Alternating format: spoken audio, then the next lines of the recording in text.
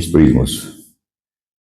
Ky është shma fillimi i 2026 dhe unë uroj ta kaloni më mirë se sa 2025.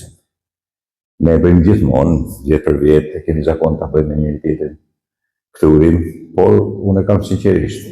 Shpresoj që t'jetë një 2026 më i mirë. Thënë këtë, duhet bëjmë një përmbledhje të ngjarjeve. Kapjen e Maduros edhe Cilia Flores të shoqes në Shtetet e Bashkuara të Amerikës, në presidentit Trump për t'i çuar para drejtësisë në Shtetet e Bashkuara të Amerikës. Vazhdimi i protestës Deti Klapaj edhe mbrëma i shkoi në spital që u godit në një ngrofës i kishte vendosur. Aty policia i largoi për aty ngrofësat edhe çfarë kishin vendosur. Deti Klapaj me 5 vetë që bënte protestën e tij 24 orëshe, bashkë me ato 50 vetët që ndodhin në protestë, e ka i fjet sipas me të vështirë të kuptoj që diktaturat nuk veprojnë kështu. Diktaturat të shkelin me tanke ose të vrasin me klumba, siç ka ndodhur me 21 janar. Ndërsa demokracia thjesht të merr të largon aty kur ti nuk ke popull me vete. Pastaj ishte një botim me këtë rastin duke parë edhe një pjesë të salonit, shikoni këtë rreth e rrotull, një pjesë salonit të vjeshtës, e kam si sfond për ju. Pastaj ishte një botim i presidentit Trump për 41.3% shqiptarëve të Shqipërisë dhe 26% të kosovarëve, cilët si familje në Shtetet e Bashkuara të Amerikës janë për të përfituar asistencën e atyshme.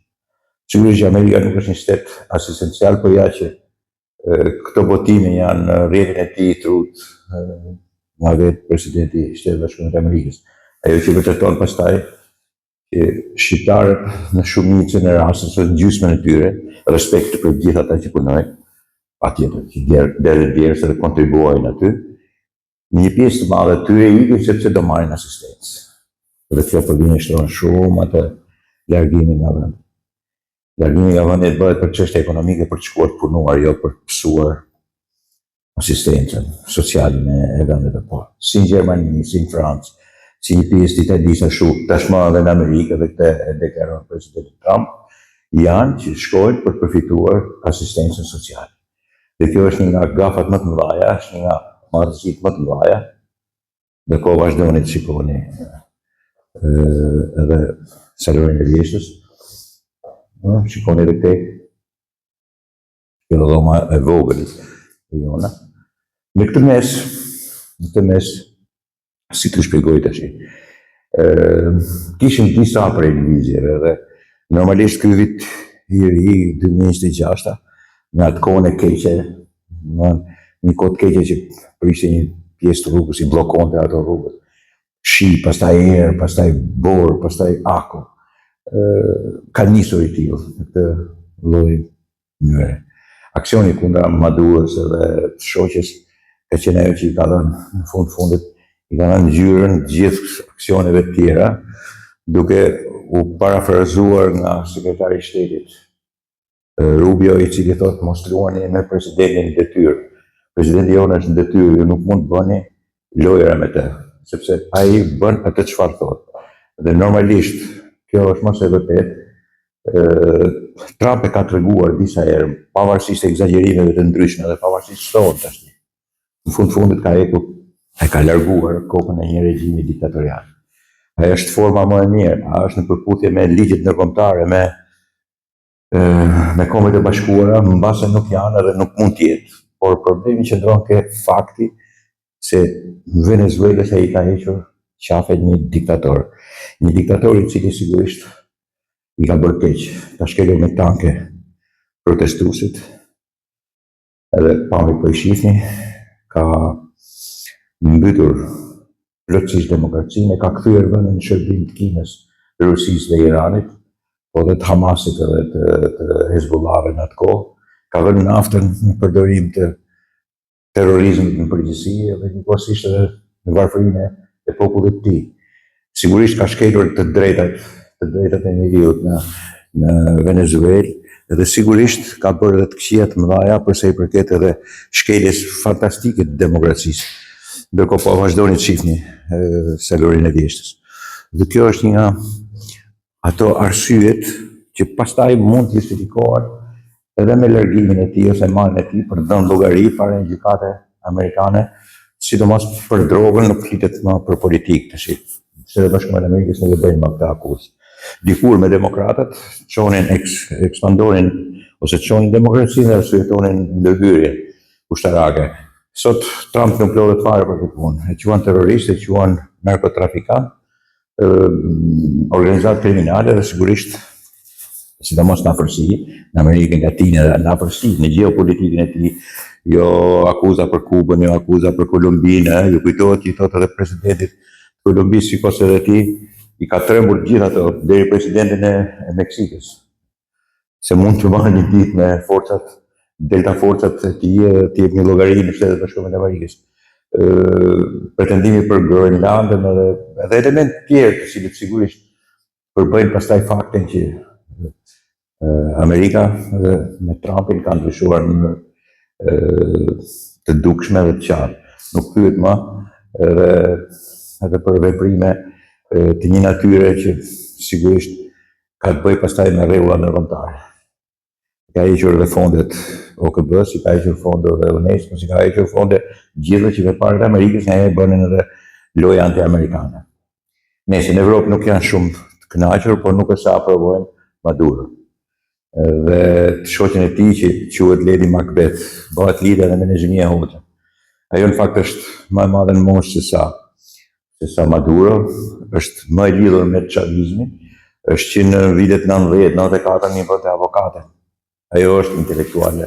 Maduro ka qenë shofer autobusi, kamioni, i ka bërë avokatën Chavezit kur ai bëri gru shtetit të dështuar, por që pastaj mori pushtetin në vitet 2000, divizin chaviste. Pra, Flores, shoqja e Maduros, më e madhe në moshë, është chaviste e ka hershme. Maduro, kur ishte avokate, ishte thjesht shofer. Pastaj më vonë u bë edhe bodyguard, por ai ka bërë edhe ministrin e jashtëm, Chavez, ka bërë edhe kryetarin e kuvendit, si puna e ka bërë edhe Flores. Flores ka bërë edhe kryetarin e prokurorin e përgjithshme, po edhe kryetarin e kuvendit dhe ajo. Është shumë e lidhur me të, pra akuza për Flores, për shoqen e Maduros, nga amerikanët është e njësojt barazveshme me atë të Maduros. Çfarë do bëhet edhe si do të reagohet? Për shembull, Vučić kishte reaguar ashpërsisht keq, duke thënë që shiko tash ka marrë fund e drejtat ndërkombëtare dhe drejtat e shteteve sovrane, sepse po dojë Amerika sigurisht ndërhyn për interesat e saj. Kjo është shumë e keqe. Dhe sidomos kanë nxjerrë përveç frikës tij, kanë nxjerrë atë që po armatoset Shqipëria, Kroacia dhe Kosova në mbledhjen e kryesisë të tij, njëkohësisht kryesisë presidenciale të tij dhe pushtetit të tij. Në të vërtetë ishte një ndërhyrje e cila mund duket më tepër ngutje, por si duket ai ka dashur të dalë përpara dhe t'ju thotë si evropianëve shiko se çfarë ndodh me Shtetet Bashkuara të Amerikës dhe presidentin Trump në sytë tuaj dhe në hundën tuaj. Dhe njëkohësisht i thoshte mikut Putin që shiko mund ta bëj edhe mua kështu. Ishte një ndërhyrje dhe këto i keni të gjitha në gazetën, po themi kundërshtarët të Danas në Beograd. I do kam nxjerrë një shkrim fantastik të Danas kundra Vučićit, por kundra idesë tij që sigurisht është po kundërshton në një mënyrë jo veprimin, se sa frikën që tregon për një veprim të tillë me Maduron. Që të mbrosh Maduron, ata e mbron vetëm Korea e Veriut edhe Kina në mënyrë kaq haptase, edhe një 2-3 vende tjera që janë vende demokratike. Asnjë vend tjetër nuk e bën që të thotë që ai ishte një njeri legjitim, ishte një president legjitim dhe burr i mirë.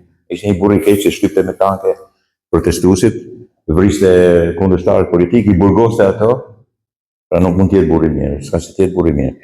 Gëzimi i madh gjithë turmave kudo në botë dhe vetë në Venezuelë për kapin e Europë të tij është edhe të shoqes, Lady Macbeth, është i jashtëzakonshëm.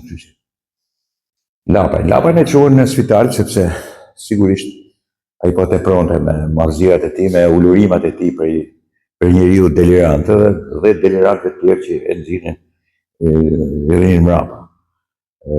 Ndërsa konferencat për shtyp të Sali Berishës pak dhjo 1 janari janë pastaj idiotizmi i tij, i cili normalisht zë vend në pjesën militanteske e cila nuk ka për të kuptuar kur, gjithmonë do ekzistojë njerëz të tillë.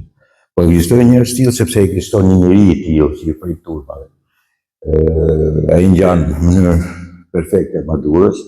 Maduro ka shkelur me tanke dhe i ka vrarë protestuesit, edhe Sali Berisha ka vrarë 4 prej tyre në bulevard. I ka vrarë me pluva. Në të vërtet, Maduro ka qenë non grata bashkë me 100 të tjerë në Venezuelë, në Shtetet e Bashkuara të Amerikës, edhe Sali Berisha është non grata bashkë me 3 familjarët e tij, dhe disa njerëz tjerë në Shqipëri. Dakord, miqtë e mi, për tjerë pastaj shi ka filluar puna. Kjo është edhe salla e vogël e salonit të vjeshtës. Është ndërtuar, bile është edhe salla e madhe. Janë të dyja shumë bukura. Hajde shikojmë. Dakord, miqtë e mi.